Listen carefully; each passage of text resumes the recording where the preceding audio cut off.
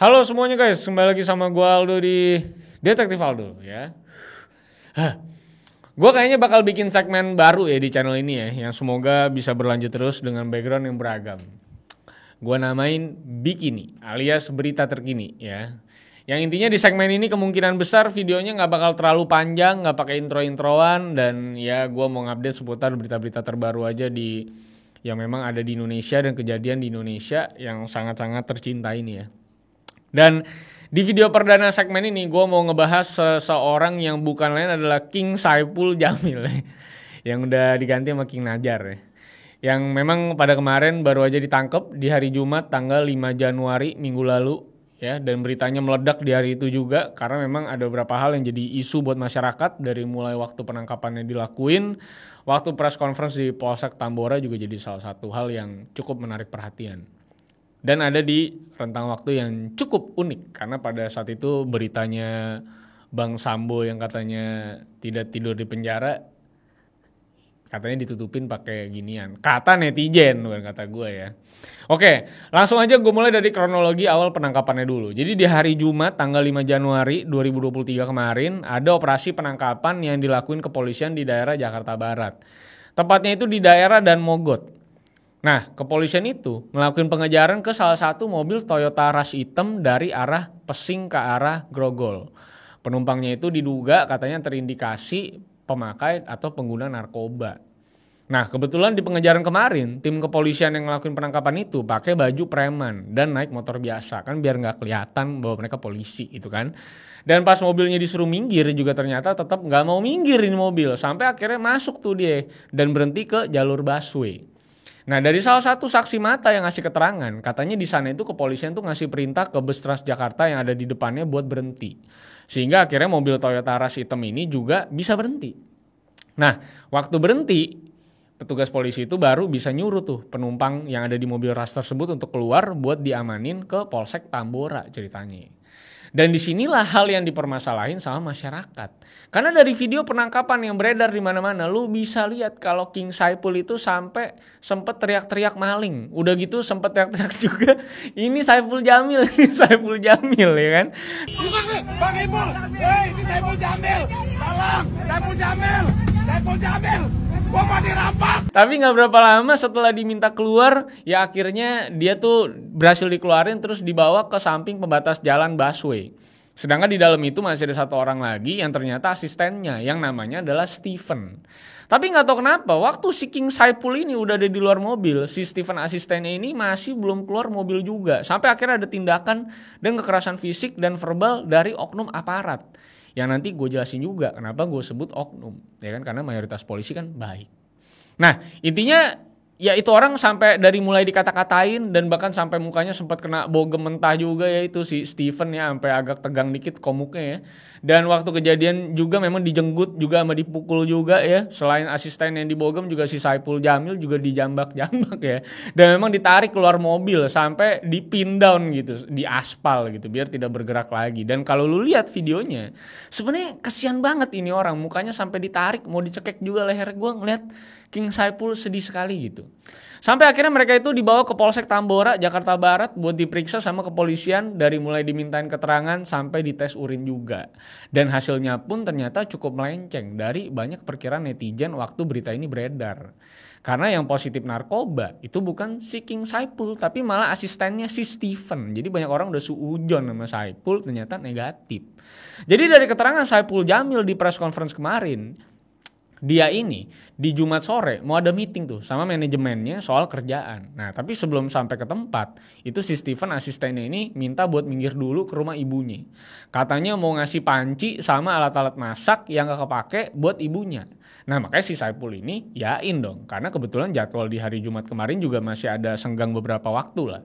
Udah gitu kan, masa karyawannya mau ngasih barang ke ibunya sekalian lewat kan, masa gak boleh gitu kan. Dan sampai di dekat rumahnya itu, mereka itu melipir sampai ke depan gang doang. Karena katanya dia selalu ngomong kalau jalan ke rumahnya itu cukup jauh dari jalan utama. Makanya dia turun, terus masuk ke dalam gangnya itu naik motor dijemput sama temennya. Nah itu kan sekitar jam 2 siang mereka sampai di gang itu. Dan si Saipul itu akhirnya nunggu di masjid dulu tuh. Tapi setelah ditungguin, kok sampai 1 jam kagak ada ngabar-ngabarin juga. Sampai akhirnya setelah jam 3 dia jalan, tiba-tiba dia ini langsung di-stop sama anggota tadi gitu. Jadi udah musibah gitu. Tapi karena anggota yang nangkep itu pakai baju preman dan naik motor biasa, akhirnya si Saipul itu jalan terus karena takutnya yang nyuruh nyetop mereka itu kelompok begal.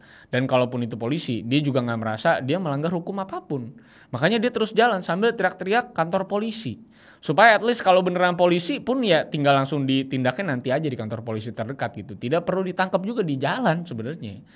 Jadi ternyata waktu si asistennya ini ngaku pulang ke rumah ibunya itu, sebenarnya dia itu lagi beli sabu guys. Ke bandar yang inisialnya R. Makanya akhirnya dikejarlah mobil mereka sama aparat. Dan salah satu kejadian yang mungkin bikin pengejarannya sampai seintens itu juga karena si asistennya itu sempat ngebuang barang bukti ke sebuah taman waktu dikejar sama penyidik. Jadi yang dibuang sama doi itu narkoba jenis sabu seberat 0,21 gram yang dimasukin ke bungkus garpit guys. Dan akhirnya si Steven ini juga ngakuin kalau dia itu dapat sabu dari si R yang tinggal di daerah Angke. Yang ternyata si R ini juga udah cukup lama di profiling sama kepolisian, udah jadi TO, target operasi. Dan si R ini juga akhirnya ditangkap di rumahnya dengan barang bukti sabu seberat 0,25 gram. Jadi intinya, ya sebenarnya masalahnya di sini itu si R sama si Steven ini yang udah lama di profiling sama polisi dan akhirnya mau ditangkap di operasi penangkapan kali ini. Cuma kebetulan ada our king Saipul Jamil di dalam mobilnya dan jadi ikut keseret juga ke kasusnya dan jadi heboh sebenarnya. Tapi memang kan yang jadi masalah itu ada di cara penangkapannya sebenarnya yang terkesan tuh sangat brutal gitu. Karena gue juga nggak tahu ya sistem penangkapan pengguna narkoba tuh kayak gimana. Tapi setiap kali yang penangkapan narkoba kayak gini tuh selalu nggak nyantai gitu sama sekali menurut gue, kayak nangkep kartel gitu. Karena dari kasus ini aja kan sebenarnya kemungkinan besar target kepolisian ini juga kan belum tahu ya kalau dia lagi dikejar ya. Tapi kenapa harus sampai di stop di jalan dan nggak nunggu dia sampai berhenti dulu di tempat yang lebih gampang buat ditangkep gitu misalnya gitu kan. Apalagi si Saipul Jamilnya juga kemarin kan jadi ikutan kena dan dites juga ya untuk urusan positif atau negatif gitu. Bahkan sampai ke rambutnya lo bayang dites. Dan bahkan dia juga baru bisa balik di hari Senin tanggal 8 Januari coy. Udah negatif lama banget baliknya gitu. Setelah hasil tes rambutnya juga ternyata negatif. Akhirnya dibebasin. Karena kemarin itu dia tetap harus dites rambut juga tuh setelah hasil tes urinnya negatif. Jadi emang bersih keras sekali gitu. Dan buat kalian yang nggak tahu tes narkoba yang di rambut itu jauh lebih akurat dan bisa di-track lebih lama dibandingkan tes urin doang. Karena memang kalau dari tes urin itu berapa hari udah bisa hilang. Kalau di rambut itu bisa dari 3 sampai 4 bulanan tergantung yang ditesnya itu pengguna yang memang sehari-hari atau tidak. Dan cukup beda-beda lah dari setiap individu ngomongin durasinya. Jadi kalau selama orangnya itu nggak potong rambut sejak dia make, ya bakal tetap positif juga hasil tesnya walaupun udah berbulan-bulan. Nah, sebenarnya yang bikin ini juga makin cukup masuk akal kenapa penggerebekannya selebay itu dan Saipul Jamil juga ikut ditarik ya, tentunya kan polisi mikir ya. Masa asistennya nyabu, masa bosnya enggak, kan ceritanya kan asumsinya gitu. Dan jadi ada kemungkinan juga kalau dia kan ikutan make juga. Tapi ya turns out dia tidak make dan udah clear juga masalahnya dan dia juga udah bisa pulang dari Polsek Tambora.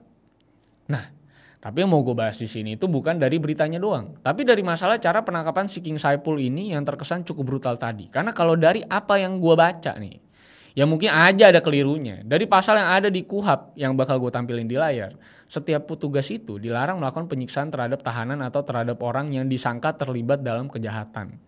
Yang dimana hal ini juga bersangkutan dengan hak tahanan, yaitu bebas dari tekanan seperti intimidasi, ditakut-takutin dan juga disiksa secara fisik. Udah gitu terduga pelaku juga berhak untuk minta surat tugas polisi yang bersangkutan. Dan gak sampai di surat tugasnya doang, orang yang akan ditangkap ini juga berhak buat minta surat perintah penangkapan. Karena tanpa surat penangkapan harusnya petugas itu tidak bisa menangkap siapapun. Dan terduga pelaku juga berhak buat menolak instruksi apapun kalau gak ada bukti surat tugas dan surat perintah penangkapan tertulis. Dan kan kita juga ada asas praduga tak bersalah kayak yang ada di pasal 16 Perkal Polri nomor 8 tahun 2009 yang dimana tertulis kalau tersangka yang telah tertangkap tetap diperlakukan sebagai orang belum tentu bersalah sampai terbukti bersalah di pengadilan. Dan di pasal 16 ini juga ada poin yang bertuliskan keseimbangan antara tindakan yang dilakukan dengan bobot ancaman dan juga tindakan penangkapan itu bukan merupakan penghukuman bagi tersangka. Jadi kalau sampai dikejar-kejar di jalan raya, diseret ke jalan atau sampai dipukul di tempat juga, kan siapa juga yang masih punya ruang buat mikir dan mau minta surat-surat penangkapan. Karena King Saipul udah panik sampai dia cuma teriak-teriak, ini Saipul Jamil gitu loh maksud gue. Tapi itu aja ya mau gue bagiin ya. Bang Ipul juga udah kembali menjadi king lagi dan udah keluar dari polsek. Dia juga kooperatif sama polisi dan mendukung segala pemberantasan narkoba yang ada di Indonesia dan udah saling maaf-maafan juga sama polisi. Ya jadi sebenarnya udah clear semuanya. Waktu terakhir sebelum pulang juga dia sempat diwawancara juga kan sama wartawan-wartawan dan malah katanya udah ada jadwal manggung lagi ya di Kediri sama di Pasuruan. Pecah kali kan rezekinya setelah ditangkap menurut gue. Tapi sebenarnya emang penangkapan-penangkapan narkoba gini emang udah banyak banget lah ya yang memang terjadi di tengah-tengah jalan gitu. Karena pengalaman pribadi gue tuh, gue lagi nyetir biasa-biasa aja hari Minggu abis dari rumah ibadah gitu ya. Ada polisi tembak-tembakan sambil tabrak-tabrakan kayak di Fast and Furious guys di depan mobil gue sendiri. Gue sampai takut dan akhirnya masuk ke tayangan 86, luar biasa sekali guys. Dan bener-bener tembak-tembakan, gokil. Itu adalah pengalaman yang luar biasa sekali sih yang gue lihat dalam hidup gue ya. Bisa lihat adegan tembak-tembakan langsung di atas mobil gitu. Itu seru banget ya. Tapi memang kalau ngomongin masalah narkoba gini emang kan ya bisa dibilang ini adalah kasus yang memang sangat-sangat memakan banyak sekali korban ya di Indonesia ya. Jadi memang polisi memang kadangkala memang sudah tidak main-main lagi untuk nangkap-nangkap mereka ini.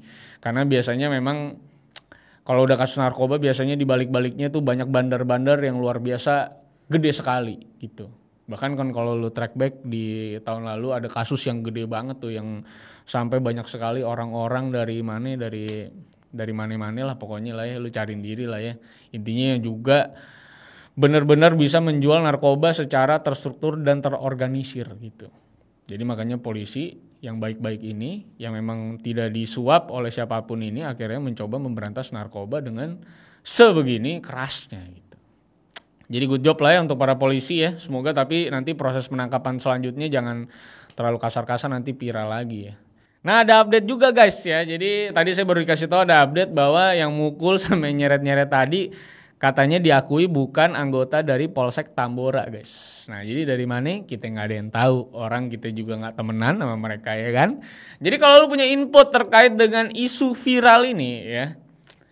Karena menuju Pilpres pasti ada aja yang seru-seru nanti menuju bulan Februari. Kita lihat aja apalagi yang seru-seru lagi nanti ya. Jadi kita tungguin aja. Ya kalau kalian pilih 1, 2, atau 3 silakan drop di kolom komentar. Saya belum memutuskan pilihan saya. Tapi dari debat kemarin, kalau debat cawapres kemarin gue cukup amazed sama Gibran ya karena mampu bersaing. Di kesempatan kali ini justru Pak Prabowo agak sedikit terseok-seok ya dalam perdebatan ya. Walaupun ada beberapa banyak hal lain ya yang di luar itu ya. Tapi udahlah gue kan gak mau bahas Pilpres dulu di video kali ini. Nanti di video lain aja ya. Sampai jumpa semuanya. Like, share, dan subscribe kalau kalian suka. Silahkan follow gue di @rivalsatosa. Sampai jumpa di bikini-bikini lainnya. Karena masih banyak bikini yang lebih seksi daripada bikini hari ini. So see you guys on the next video. I lost myself. I waited still for a glimmer to arrive.